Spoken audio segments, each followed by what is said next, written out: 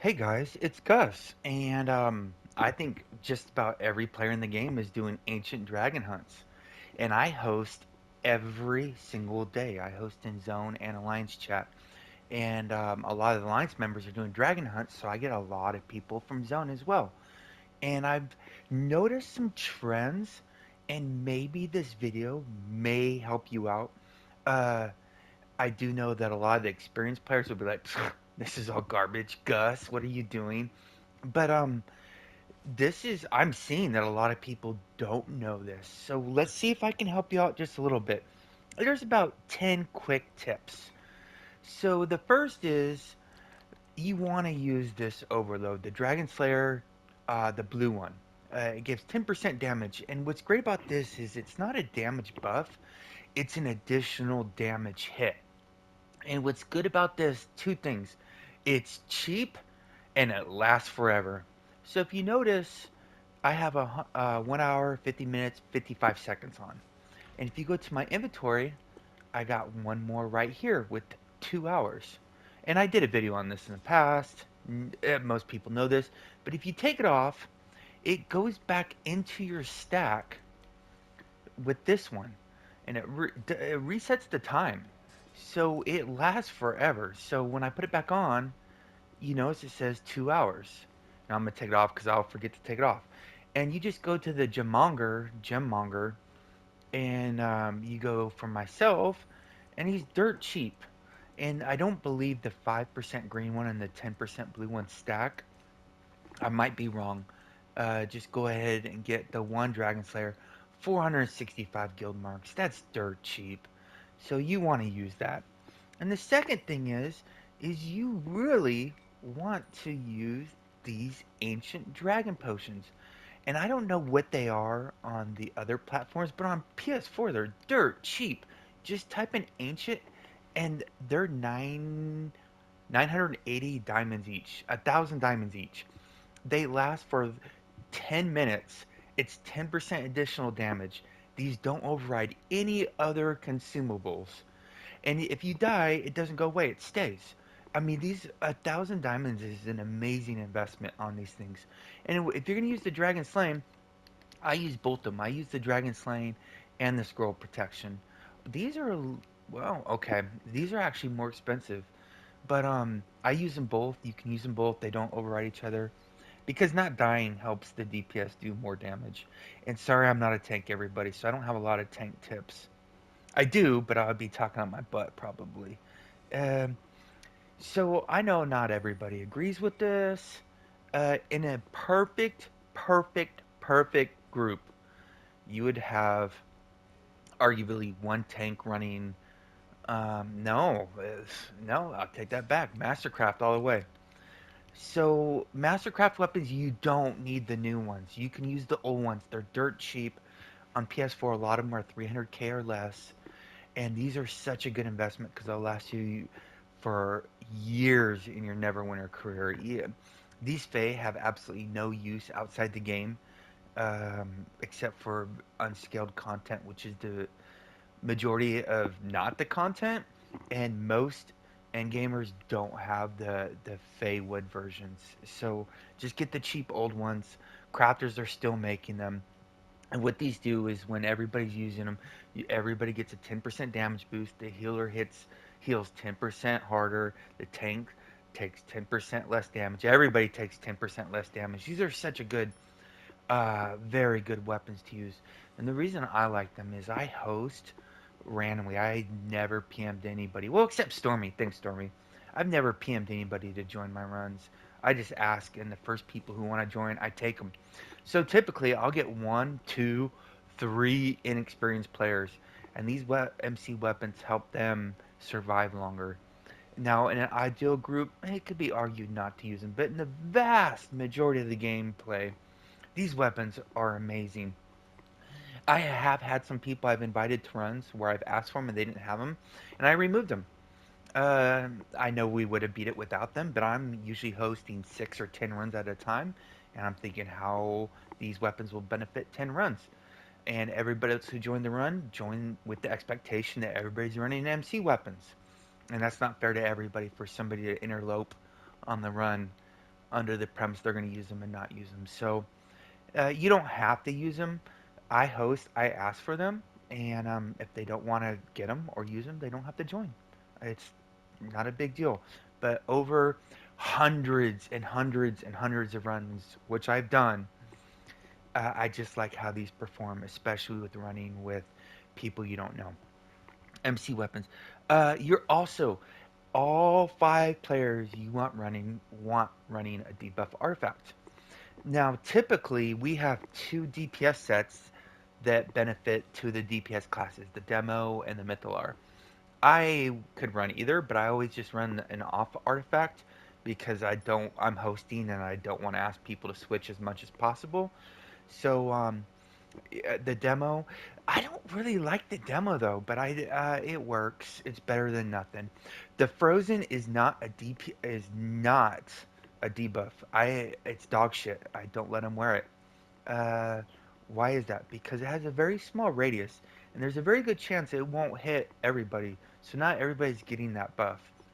And typically in dragons, we're getting so much buffs already that debuffs are gonna have a bigger benefit than the buffing frozen.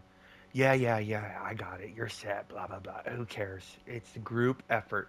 If everybody takes off some damage, so everybody does more damage, it usually benefits the group much, much more. Um, a lot of people aren't getting this, but that's okay. I run the Tame Raptor. I might be the only one in the group to doing it. I don't ask for people to use it in order to join when I host. But I ask them if you have it, please use it. The tank can lose some defensive stats. You know, the augment users who are capped on everything. I know it will hurt your build, but these raptors, generally speaking, will benefit every player in the group and make the dungeon go so much better. It's such a cheap companion. The vast majority of players have the Bateri, which is much more expensive than the Raptor. But the Raptor does it contributes to more damage than Bateri does. So I don't get it. The Bateri is pretty good, but the Raptor is even better. It's only better if everybody's wearing it. If you're not wearing it, it's not the end of the world. It'll just be a little bit slower run. And then while I'm on this page, this Dragon Hunter, 11% against dragons. You know, people say, my stats. 11% damage will normally equate to more damage than any 7.5% stat will. It's really good. And I lost this gamble. I have a ton of these. That's okay. Hopefully they go up. If they don't, I'll take a loss. Oh well. But the Dragon Hunter it's gone down big time. I don't think a lot of players have figured out how good this is. It's under 200, 177k. That's so good. And it's an epic quality. And it's account wide. So if you're doing hundreds and hundreds of dragon hunts, this is such a cheap investment for a lot of big gain. It's going to save you a ton of time. The more damage you do, the less deaths, the faster the runs will be. Time is money. You got it. Here, let me scroll down to my next one. I had to write these down because I always forget. Um, the cheap consumables, the elixirs, the Sun Lords, the Wild Storm, they give you 5% stats and 2,000 ratings. They're 2,000 diamonds maybe, and they last an hour. And when you die, they stay. They're so good if you're going to be doing 5 or 10 runs. Go and use them. So check this out. These prayer altars are a lifesaver. I always bring them because I am assuming nobody else has them, and I'll go through a stack, every few days. Oh wait, prayer. Sorry, altar. Let me type that in. The altar is so good. What it does is a stack is 10,000 diamonds. So if somebody dies after the dragon phases and you go on, where the mobs are. After you kill the mobs, you can drop an altar, and it takes away everybody's death stack. So they're all going to be much stronger, and they're going to have less chance of hitting their 5 death stacks, and wiping. So good. The Dragon Ring is really good. I don't use it. It's a 10% damage, which is probably much better than the 7% crit that you're getting from this ring if you're at full. health. The reason I'm not recommending it is a lot of people are trying to figure out the dragon hunts, and you need to complete dragon hunts in order to get it. But it's really good. Um, not dying is a given, but there are some mechanics that are unavoidable. I think in the dragons, maybe somebody's figured out how to avoid them. Some of them are unavoidable, and you're gonna get tossed around and you're gonna die. So try not to die. And if you do die, you're gonna have to scroll. Yep, you gotta buy those scrolls because if you wipe without scrolling, they're trying to format it, and chances are, if it's not a great group, it's not going to complete, and everybody just wastes their time and resources. The problem with scrolling is a lot of newer players don't realize this until they get in here. Is um, if you hope somebody comes picks you up, the problem is they're not attacking, they're not healing, or they're not tanking if they're trying to pick you up, and that means the fight's going to be longer. And if they try to pick you up, chances are they're going to put themselves in harm's way and they're going to die. So now you just had two people taken out of the fight. You got to scroll. Now, normally in endgame trials, you're going to use the green scrolls to only res yourself. I know it's not 100% of the time with blue ones, but most of the time when you use a blue scroll, you'll bring everybody life and they won't be in harm's way. So you can use either. As a hoster, I like to use the blue ones because I'm trying to make sure that everybody stays in the group so we can get a lot of completes done really fast. Um, and then also the last one I had on here is I don't think a lot of players understand what combat advantage is. So if I hit this guy, let me try to get a crit non-deflect. It might take a minute. That was a crit deflect. What was that? Oh, it's because I'm okay, 63,728. Now watch what happens if I have combat advantage. Remember, that was 63,000, right? Now watch what happens on a crit non-deflect with combat advantage. Mm, bad example. That was pretty decent though. That was deflected, and that was 87,000. Oh, great. For the purposes of making this video longer, it's nine. Come on. Still much higher than the 63,000. When you have combat advantage, I'm not saying it doubles your damage, but it does 117,000 compared to 63,000. You want to have combat advantage all the time. And the reason why I have this companion summon is it doesn't attack, so I can get combat advantage. And how do you tell? On the dragon, it's really noticeable, but when you and an ally are on opposing sizes of the enemy, you'll see that little blue half circle on the ground. Whenever you're in that blue circle, see now it's not blue. I don't have combat advantage, or purple. Now when it's purple, I have combat advantage. And the dragon's huge. This purple ring is going to cover half the dragon. So you want to be in combat advantage. It nearly doubles your, well, maybe doubles your damage. It's such a great thing. But I know sometimes you can't stand directly behind the boss because of the tail wipe.